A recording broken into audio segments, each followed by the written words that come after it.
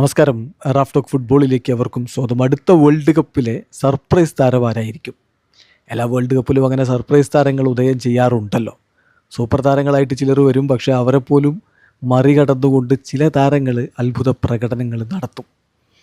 Ronaldinho 2002 world കപ്പിൽ നടത്തിയ അത്ഭുത പ്രകടനങ്ങൾ നമുക്ക് ഓർമ്മയുണ്ടല്ലോ. 2022 എൻസോ ഫെർണാണ്ടസ് മികച്ച യുവതാരത്തിനുള്ള പുരസ്കാരവും കൊണ്ടാണ് പിന്നെ പോയത്.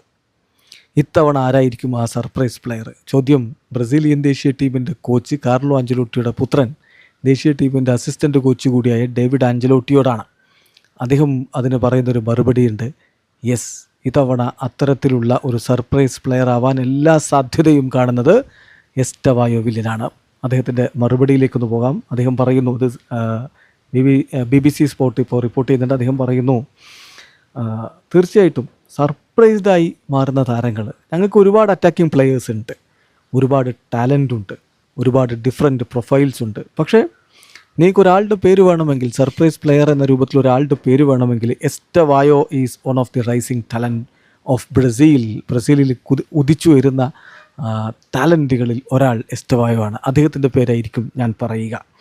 തീർച്ചയായിട്ടും അവനൊരു മികച്ച ഫിനിഷറാണ്. അവന് ഇങ്ങനെ കളിച്ചാൽ ഡൊമിനേറ്റ് ചെയ്ത് പോകാൻ പറ്റും. യൂറോപ്പിൽ വർഷങ്ങളോളം ഡൊമിനേറ്റ് ചെയ്യാൻ കപ്പാസിറ്റി ഉള്ളൊരു ടാലൻറ്റ് കൂടിയാണ് എസ്റ്റവായോ എന്നുകൂടി ഇപ്പോൾ ഡേവിഡ് ആഞ്ചലോട്ടി പറയുന്നു. അടുത്ത വേൾഡ് കപ്പിൽ നമ്മളെ അത്ഭുതപ്പെടുത്തുന്ന പ്രകടനം എസ്റ്റവായോയിൽ നിന്ന് വരുമെന്നുള്ള ഉറച്ച വിശ്വാസത്തിലാണ് ഡേവിഡ് ആഞ്ചലോട്ടി. ബ്രസീലിയൻ ഫുട്ബോളിന് അടുത്തറിയുന്നവരും അത്തരത്തിൽ തന്നെയാണ് പറഞ്ഞുകൊണ്ടിരിക്കുന്നത്. ജനറേഷണൽ ടാലൻ്റാണ് എസ്റ്റവായോ എന്നവർ വിലയിരുത്തുന്നു. ചെൽസിയിലേക്ക് പോയിട്ട് 18 വയസ്സിൽ അവൻ തൻ്റെ മികവ് അവിടെ കാണിക്കുന്നുണ്ട്. വേൾഡ് കപ്പിൽ അവൻ പൊളിച്ചെടുക്കുമോ? കാത്തിരുന്ന് കാണാം. വീഡിയോ അവസാനിക്കുന്നു. ഫുട്ബോൾ ലോകത്തെ കൂടുതൽ വിശേഷങ്ങളുമായി റാഫ് ടോക്സ് വീണ്ടും എത്താം.